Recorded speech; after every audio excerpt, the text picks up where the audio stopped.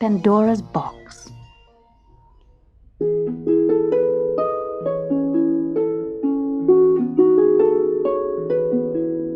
Imagine a time many, many years ago when there was no unhappiness or illness or anger in the world. A time when no one ever hurt themselves or grew too old. And because no man envied his neighbor, there were no fights or wars or killing. A time when there was plenty of everything for everyone and no greed. Husbands and wives never quarreled. That was why Pandora and Epimetheus were content always to be together, dancing, feasting, playing games, and sleeping in the sunshine of a year-long spring. An unkind person would have said that Pandora was spoiled, but then there was no one unkind to say it, and Epimetheus loved to shower her with presents. Every day he brought her a new dress, or some sandals, or jewels, or a statue for the garden. His search for presents took him farther and farther away from the house each day. Pandora was left on her own, wandering the rooms of the sunny villa. One day, though, he came home with something large and square, wrapped in a cloth. It was a dusty old box, fastened with latches and tied round with a golden cord. "What is it?" laughed Pandora, dancing round the box. "It's a present for me, isn't it?" "No, Pandora, it isn't," said her husband firmly. "This box was given to me by the god Mercury for safekeeping. I promised him I would never open it, whatever happened. He said I would be sorry forever if I did."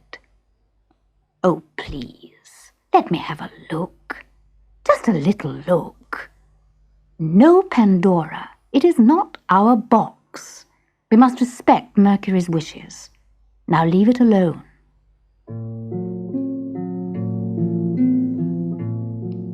But next day, when Epimetheus went out, Pandora found herself thinking more and more about the box. Her footsteps took her back to it over and over again. Then her fingertips stroked the dusty latches and the golden cord. "I wonder what's in it," she thought. "I think Epimetheus was joking about Mercury. It is a present for me after all. Besides, he made the promise. I didn't. Wouldn't hurt just to have a little look, surely." Her fingers began unfastening the knot in the cord. She stopped herself just in time. She busied herself with 100 little jobs around the villa. But by afternoon, she could bear it no longer. She untied the cord and flicked up the catches. Immediately, a small murmuring sound came from the box, like the wings of a butterfly fluttering against a closed window. "Oh, some dear little creature. I can't leave it shut up in there." Pandora threw back the lid, but inside there was only a jar, sealed with wax and smothered in dust. Sounds were coming from inside it, and they were growing louder. "If I break the seal," she thought, "Epimetheus will know I've peeked inside." So she closed the box and again tried to ignore it. But oh, how she longed to know what was in the jar. She paced the room, turning again and again to look at the box. Then, as if in a dream, she found herself beside the open box, brushing the dust off the mysterious jar. "Pandora! Pandora, please let us out," whimpered a chorus of tiny voices from inside the jar. Pandora burned with curiosity. She bit her lip. "But I mustn't. My husband said..." "What does Epimetheus know? Please let us out. The world needs us. The world isn't complete without us." The temptation was too strong for Pandora to resist. She quickly scratched away the wax seal. Out flew the stopper, forced from the neck of the jar by a hideous black hornet. Its sting dripped poison. In its buzz was the word death. Another leather-winged insect, Fear, with staring eyes, followed it, murmuring. Then a blistered bug crawled out of the neck of the jar, and its trail of slime wrote the word disease on the floor. A gnat, the color of frost, flew out of the window and blighted the garden wherever it settled, with thorns and weeds, black spot and caterpillars. Its whine seemed to say, hunger. Pandora desperately tried to put back the stopper, but a flying beetle from the jar pricked her wrist with its sharp sting and cried, "You can't stop us now, you foolish woman. We are all the evil things your world has never known.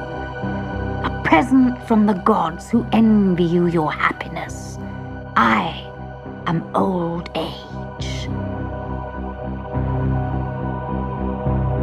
The stopper in Pandora's hand seemed suddenly too heavy to lift, and she saw on the back of her arm the crinkles and brown blotches of age.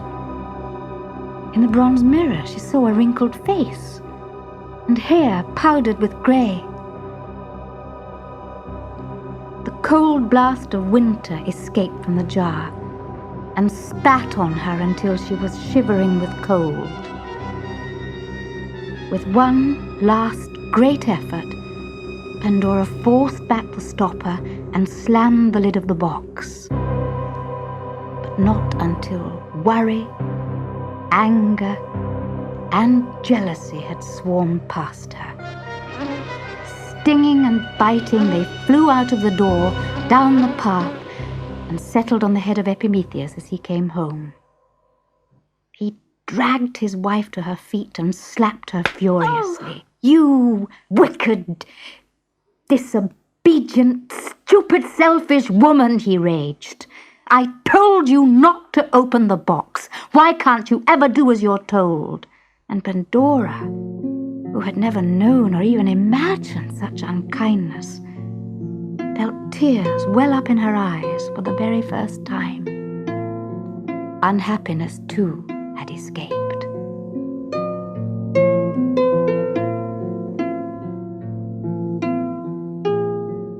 From the street outside came the sound of fighting, crying, and terror. The whole lovely world seemed to have turned horrible, ugly, and wicked. Then Pandora heard a single tiny voice from inside the terrible jar. "Pandora, Pandora, don't leave me in here all alone. The world needs me. The world is not complete without me. You won't trick me again," sobbed Pandora, throwing herself across the lid of the box. "But I can help you. Let me out. Oh, please let me out." The voice sounded almost as unhappy as Pandora herself.